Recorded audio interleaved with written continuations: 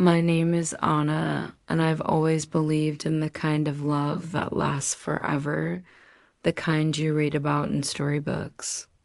I grew up in a small town where everyone knew each other and life was simple. I worked as a school teacher, surrounded by children's laughter and innocent dreams. Every day felt peaceful and predictable, like a gentle rhythm that never changed. And then there was Ryan, the man who made me believe that love could be magic. We met by chance at a friend's wedding, and from that day on, he became my world. Our love was quiet but deep, full of promises and late night talks about the future. I truly believed he was the one I would marry someday, until life decided to test that belief. Everything seemed perfect until one evening, Ryan called me and said, "Anna, we need to talk." His tone was distant, unlike the man who used to whisper, "I love you" every night before sleeping. My heart sank as I waited for him to arrive. When he finally did, his eyes couldn't meet mine. He sat down, took a deep breath, and said the words that shattered me completely. "My parents don't approve of our relationship. They want me to marry someone else." For a moment, I couldn't breathe. The walls felt like they were closing in around me. I asked him if he loved me enough to fight for us, but his silence was my answer. I had dreamed of our wedding, of a life built on love and trust. But now, everything was slipping away because of something I couldn't control. The man who once promised me forever was suddenly unsure of tomorrow. That night, after he left, I sat by my window, watching the city lights blur through my tears, wondering how love so strong could break so easily. The days that followed felt like walking through an endless storm. Every morning, I woke up hoping his message would appear on my phone, a message saying he had chosen me.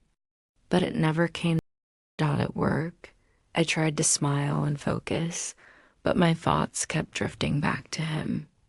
The coffee shop we used to visit together, the songs we sang in the car, everything reminded me of what I had lost. My friends noticed my sadness, but I pretended everything was fine. I didn't want anyone to see how broken I truly was. Nights were the hardest. I replayed every memory in my mind, his laughter, his promises, the way he used to hold my hand and say, "You're my forever." Now forever felt like a cruel joke, but slowly, something inside me began to change. One evening, I looked in the mirror and realized how much I have forgotten myself while trying to hold on to someone who wasn't willing to fight. I began writing again, something I hadn't done in years. I wrote about pain, loss, and hope. I started going for evening walks, feeling the cool breeze remind me that life was still moving forward. Even if my heart wasn't ready yet, each day was a small step toward healing. Though I still wondered if Ryan would ever come back. One morning, as I sat by the window writing in my journal, a message appeared on my phone. It was from Ryan. My heart skipped a beat. He wrote, "Can we talk?" For a moment, I didn't know what to do. Part of me wanted to ignore it, to protect my heart from being hurt again. But another part, the part that still loved him, whispered, "Maybe this time will be different." We met at the park where we first confessed our feelings. He looked nervous, almost guilty. He told me he had been confused, afraid of commitment, and that he had hurt me more than he ever meant to. "I still love you," he said softly, "and I want to make things right." His words stirred something deep inside me, a mix of love, fear, and fragile hope. As I listened to Ryan's words, tears filled my eyes. Part of me wanted to believe him, to hold on to the love we once shared. But another part of me remembered the sleepless nights, the waiting, the pain of his silence. Ryan, I said softly, my voice trembling, you can't come back only when you feel lonely. Love isn't about timing, it's about choosing someone every single day. He looked down, guilt written all over his face. I know, he whispered. I was scared of losing my freedom, but I ended up losing you. For a long moment, we both sat in silence, the sound of the wind between us. I realized that this was the moment, the one that would decide my future.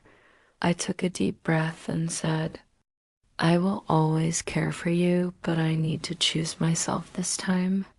As I stood up to leave, a tear rolled down my cheek, not from pain, but from strength. I finally understood that love doesn't always mean staying. Sometimes it means letting go dark in the days that followed. I felt a strange calmness within me, the kind that comes after a long storm. For years, I had built my happiness around Ryan, believing he was the missing piece in my life. But now I realized that I had been whole all along. I started focusing on myself again, painting, reading, and spending time with my family. Slowly, the pain began to fade, replaced by a quiet strength I hadn't known before. Sometimes memories of Ryan would cross my mind, but instead of sadness, I felt gratitude. He had taught me an important lesson. Real love begins with self-respect. One morning, as I walked through the park, I noticed how bright the world looked, the laughter of children, the warmth of sunlight, the peace in my heart.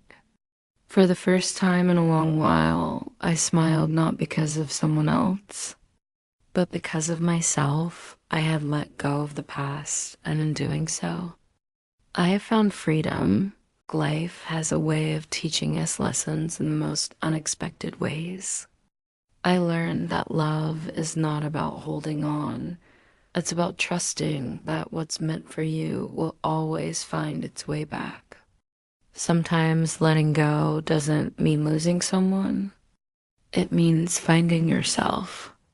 If this story touched your heart, please give it a like. Share it with someone who believes in true love, and leave your thoughts in the comments.